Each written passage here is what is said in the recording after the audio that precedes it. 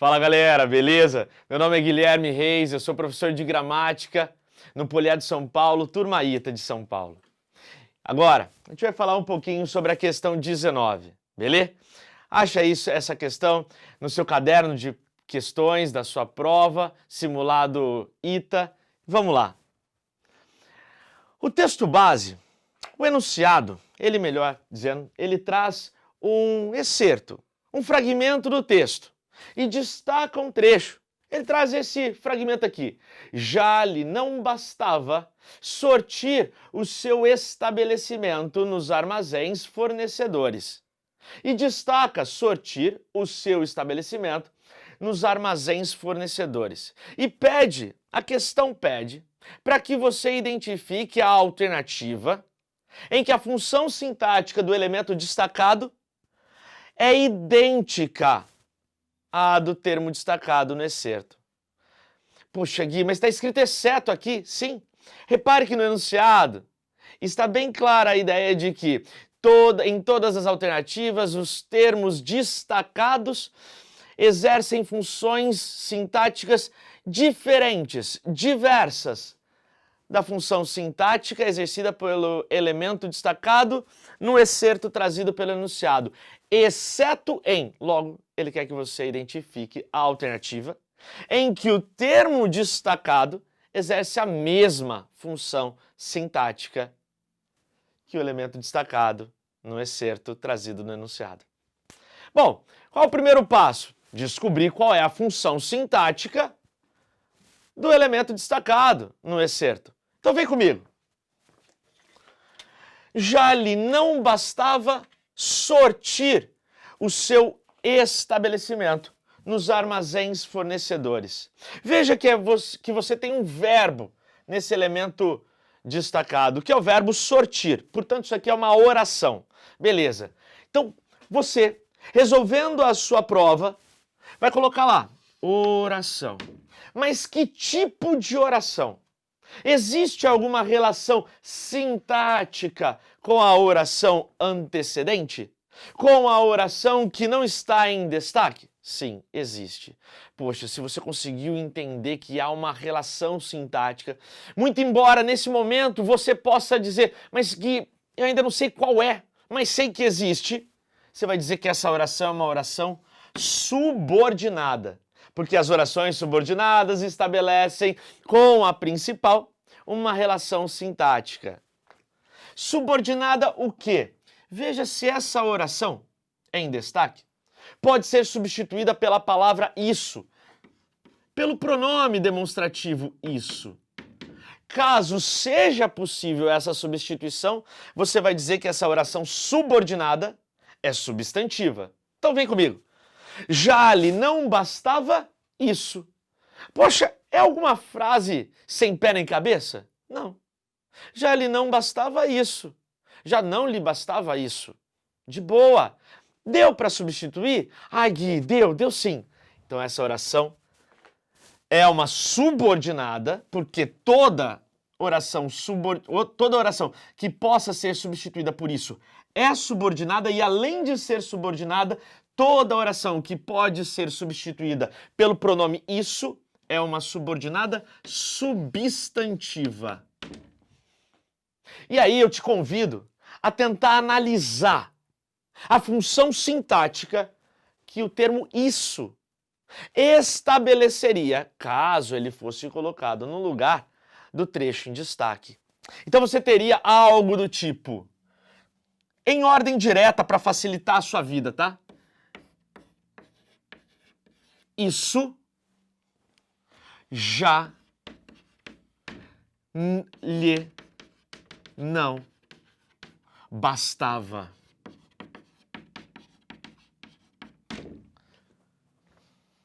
Já está começando a visualizar, não tá? A função sintática. Gui, mas peraí, você mudou de ordem? Mudei, coloquei na ordem direta, para ficar mais fácil para você, queridão. Para ficar mais fácil para você, queridona. Você teria, ó, já lhe não bastava isso. E aí eu coloquei em ordem direta. Isso já lhe não bastava. Peraí, se eu trocasse o termo isso por outras coisas, pelo termo outras coisas, outras coisas já lhe não... Como é que vai ficar esse verbo? Completa, por favor. Outras coisas já lhe não bastavam. Boa, moleque! É isso aí, senhorita! Se você flexionou o termo e o verbo obrigatoriamente teve que ser flexionado para concordar em número e em pessoa com o termo flexionado, é porque esse termo flexionado é sujeito. Ai, Gui, então isso aqui é sujeito. É sujeito. Numa oração de voz ativa, como nós temos aqui, o termo que exerce a ação do verbo, o elemento que representa o ser que exerce a ação do verbo, é chamado de sujeito. Quem não basta, exerce a ação de não bastar. E se exerce a ação de não bastar, na voz ativa, vai ser sujeito. Beleza? Descobriu, então, por que esse termo é sujeito, descobri. Essa é uma oração subordinada substantiva, chamada agora, como você reconheceu a função sintática, de oração subordinada substantiva subjetiva. Por quê? Porque identifica a função de um sujeito. Bem, então eu tenho que assinalar a alternativa em que o elemento em destaque exerce a função de sujeito? Sim, beleza. De que ele não podia apoderar-se logo com as unhas. De que ele não podia apoderar-se. Fecha aqui na locução. Não podia apoderar-se. Ou melhor, nada de locução. Fecha aqui em apoderar-se. Somente em apoderar-se. Apoderar-se é um verbo na forma pronominal. Esquece a ideia de locução, tá? Esquece isso. Olha só para cá, para apoderar-se. Quem se apodera, sempre se apodera de algo. Apoderar-se de algo. Esse que retoma um antecedente, identificando com a preposição um objeto indireto. Você tem aqui um verbo, transitivo indireto, em apoderar-se. Você tem em de que um objeto indireto. E o que exercendo a função de núcleo desse objeto indireto. Fechou ou não? Bora! Nunca o seu negócio fora tão bem. Nunca o finório vendera tanto. Vendia mais agora, muito mais que nos anos anteriores. Veja que esse que trabalha em um contraste com o mais. Vendia mais agora que nos anos anteriores. Esse que é simplesmente uma conjunção comparativa. Comparativa. E conjunções não exercem funções sintáticas. Joga fora. Joga fora a alternativa A, a alternativa B. Queridão, vem comigo, continua aí, ó. O vinho, por exemplo, que ele dantes comprava. Gui, mas na alternativa só está escrito que ele dantes comprara. Sim, mas você, quando for fazer uma questão desse tipo, você tem que considerar o contexto. Você tem que recorrer ao texto e enxergar onde a oração se encontra para ver a relação sintática que algum termo dessa oração ou que a própria oração exerce em relação aos demais elementos do período. E aí eu trouxe o antecedente. O vinho, por exemplo, que ele dantes comprava, esse que retoma o termo vinho. Bom, quando eu tenho um que retoma um substantivo de uma oração antecedente ou de uma oração diferente, eu vou classificar esse termo como um pronome. relativo. Mas isso aqui, galera, é morfologia. Todo pronome relativo exerce uma função sintática. Joga o vinho aqui. O vinho ele dantes comprava. O verbo é o verbo comprar. Ele é transitivo, direto, porque quem compra, compra algo. Comprava o quê? O vinho. Só que o termo vinho não está aqui. Nós temos apenas um elemento que o representa. Portanto, sintaticamente, esse pronome relativo vai ser o complemento, ou seja, um objeto, do verbo transitivo direto comprava. Objeto direto. Esta é a função sintática. Objeto direto é sintaxe. Função sintática. Bom, ainda não é isso que a gente quer, né? A gente quer um termo destacado que exerça a função de sujeito. Bora lá!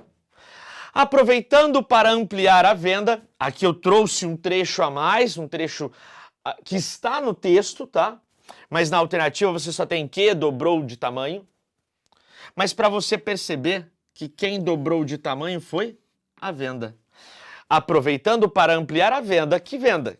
A venda que dobrou de tamanho. Você tem esse que retomando a venda, despertando como referente o termo a venda. A venda dobrou de tamanho. A venda exercendo a ação do verbo dobrar.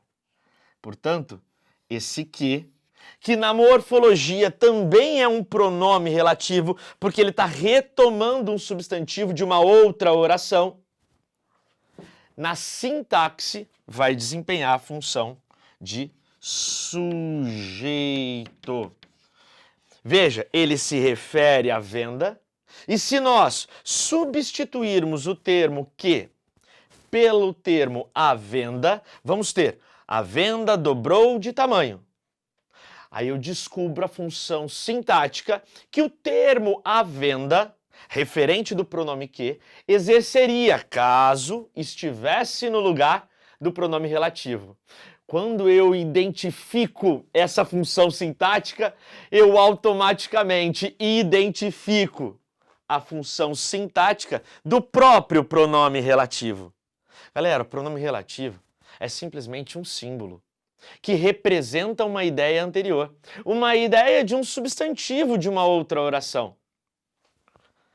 Para achar a função sintática do que, basta descobrir a quem esse que se refere e substituir o que pelo seu referente.